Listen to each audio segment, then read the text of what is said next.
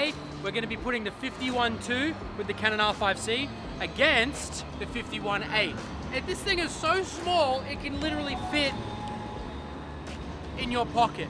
But the purpose of this video is to compare the $3,500 price for the 51.2 against the $299 price of the 51.8. Is this worth nearly 10 times as much as this? Let's figure it out. Right, so when the cars go through, we're going to do a panning shot at the speed of the car, which I think we're going to do like 1/40. And we're going to hopefully get a panning shot where the background is blurred and they're in focus. So here we go. We're going to try and do that black car as it goes through. Yeah, no, it's clean as. I'll do it one more because even though it can go down to 1.2, I'll put it up to about 2 so I can get the whole car in focus. Ooh, there's a guy on a scooter, that's perfect. Just want to see how fast it just snaps on the autofocus, you know? And then after we'll do the 1.8, we'll see how fast that snaps on the autofocus. Oh, fucking slow. Oh, scooter. That was pretty fast, actually. Yeah, no, that snapped on pretty well. Okay, so now we've got the 51.8. We're going to put the autofocus to the test. Here we go. I'm going to try and go for this BMW. Oh, he's turning right. It's not good. Let's grab the Porsche.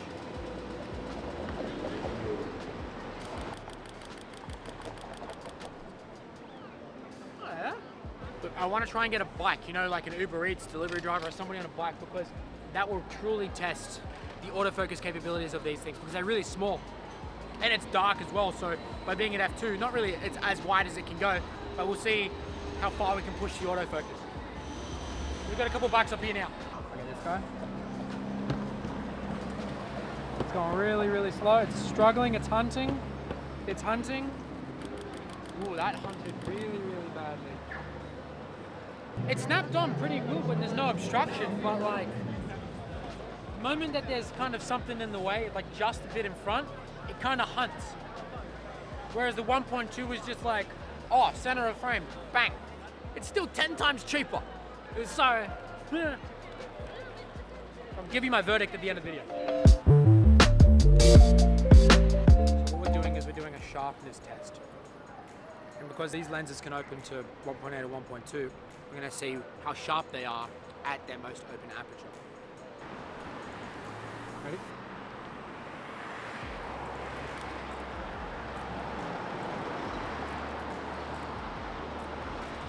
We just shot with the 1.8 and the sharpness fared how I expected it to fare, because it's a difficult situation given that we're technically underexposing the image to try to see how the sharpness goes in the silhouette of the billboard light over there. So I'm going to switch over to the 51.2 and see if it fares any different.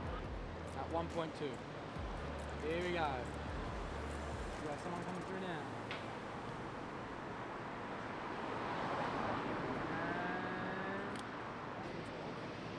I guess the question there is there really a difference in sharpness between them? Because I can't really see on the screen, but we'll definitely look at it on the computer. Both of these images were shot at an ISO of 800 and a shutter of 1/160 to freeze the motion. Given that the 1.2 has a much wider aperture, allowing in more light, the image is inevitably more sharp. Especially when we zoom in, you can see it's practically night and day. The 51.2 is a professional lens, and you gotta remember we're zooming in at over 500%. You would hope that's the case, given it's nearly 10 times the price. But in saying that, the 51.8 is still standing strong.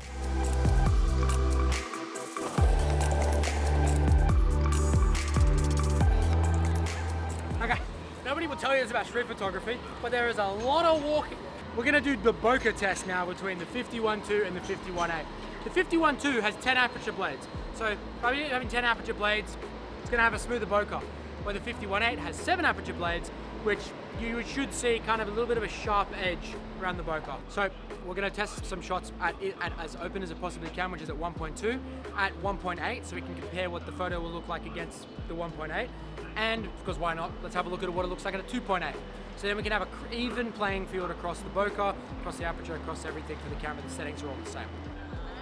Here, with both lenses open as wide as they can, we can clearly see the 51.2 lens is brighter and the bokeh is larger and softer due to the more open aperture. But if you zoom in a little closer, you can see that the 50-1.8 has a tad sharper, more egg-like bokeh compared to the 50-1.2. Now, if we compare both lenses at 1.8 aperture, the window of difference is getting smaller. The 50-1.2 is sharper, as previously explained, and the bokeh is a little larger and softer, but still, the 50-1.8 is holding on strong. Now with both lenses at 2.8, if I didn't label the photos, there's no way to know which is which. The difference is marginal. The only real difference is the 50-1.2's bokeh being a little bit sharper than the bokeh of the 50-1.8. Apart from that, both lenses performed exceptionally well and the bokeh is crispy across the board. So I guess the real question is the bokeh on the 1.2 worth the extra $3,100 than if you can just buy the 1.8? You're going to tell me in the comments which one you would buy, the 50-1.2L or the 50-1.8. I'll tell you my verdict at the end of the video, but it's pretty good. It's holding up its own. So we're at the next spot. What we're going to do is we're going to open the aperture on both lenses as wide as possible. This one's 1.8, and we're going to see how it fares in a very, very dark situation. It's so dark that the only way I can get balanced exposure is at an ISO of 8000. So I have to slow the shutter speed down to compensate for the lack of light. Yeah, okay. So I had to shoot that at 1/20 at 12,800 ISO, which is an ISO you really, really don't want to go up to. But in situations like this, you might have to. So we're going to switch over to the 1.2. Same settings at 1/20 and see how much more light the lens will let in. We'll switch over to the 1.2 now, which actually lets in 2 stops more light. So we're at 12,800 ISO before, at the exact same settings, but open at 1.2, we're at 6,400 ISO. It's still not good, but it's a lot better and a lot cleaner of an image. So I'll show you what that looks like right here. That looks like a pretty clean, pretty crisp image. So that extra 2 stops of light will help you in certain situations like this, okay? You need a camera with inbuilt image stabilization, which will help you get an even steadier photo, whereas your Canon R5C doesn't have that. But either way, saying that, it's holding its own pretty well in these situations, even at 1/13. So I have to say, I'm pretty impressed. That extra 2 stops of light would have saved me quite a few photos in my day. But come back to the same question. Is it worth 10 times as much? Don't go anywhere. We're going to figure that answer out.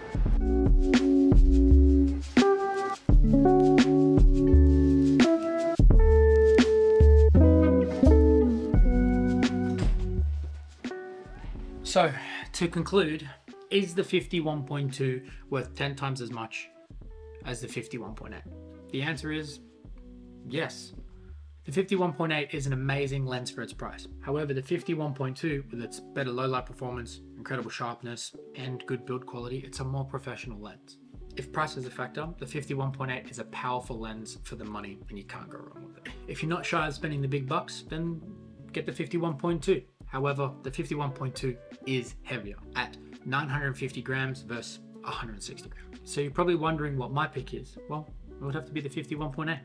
Its amazing low light capabilities, light on the wallet, and light form factor, it makes for a no-brainer. Maybe later on down the track I'll invest in the 50-1.2, but honestly, for 300 bucks, it's just an amazing lens. So thank you for watching my video comparing both these lenses. Shout out to Canon for sending the R5C, the 50-1.2 and the 50-1.8 for me for review for this video. If you enjoyed, please leave a comment and tell me which one you would buy and why. And if you want to see what amazing photos the 50-1.2 can capture, check out this video up here. Thank you so much for watching this video, and I'll see you in the next one.